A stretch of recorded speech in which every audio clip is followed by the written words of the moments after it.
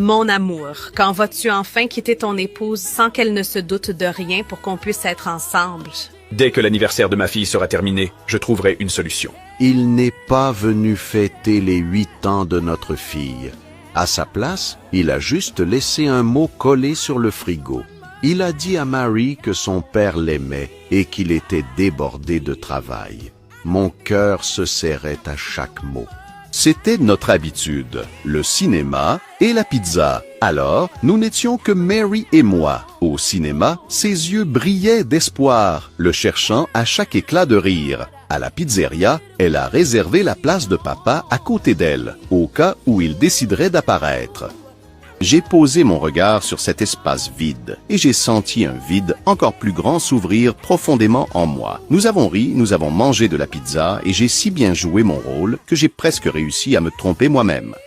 Mais, au moment de la coucher, elle a murmuré « Maman, papa ne nous aime plus. Quelque chose en moi s'est brisé pour de bon. » Cette simple question, ce doute venant d'elle, était plus que suffisant. J'ai pris la voiture et je me suis rendu à son bureau, le cœur battant fort. Sa voiture était là et par la fenêtre, je les ai vus. Mon mari et sa secrétaire.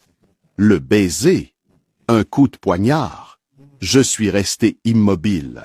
Mon monde s'est effondré en silence. Je n'ai pas discuté, je n'ai pas fait de scandale, je suis simplement parti.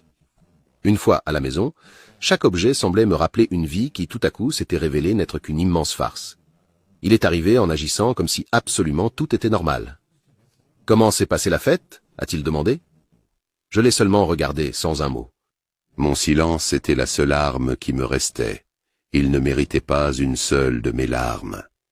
Cette nuit-là, j'ai décidé que la femme qui acceptait les miettes était restée derrière, dans ce bureau. Le lendemain matin, pendant qu'il dormait encore, j'ai retiré mon alliance et l'ai laissé sur l'évier. Je suis allé dans la chambre de Mary et je lui ai promis que nous construirions une toute nouvelle histoire, rien que nous deux. J'ai découvert des forces que je n'aurais jamais imaginé posséder. J'ai trouvé un emploi, j'ai loué un petit appartement, simple mais le nôtre. Chaque victoire était une nouvelle brique à la base de la vie que nous construisions.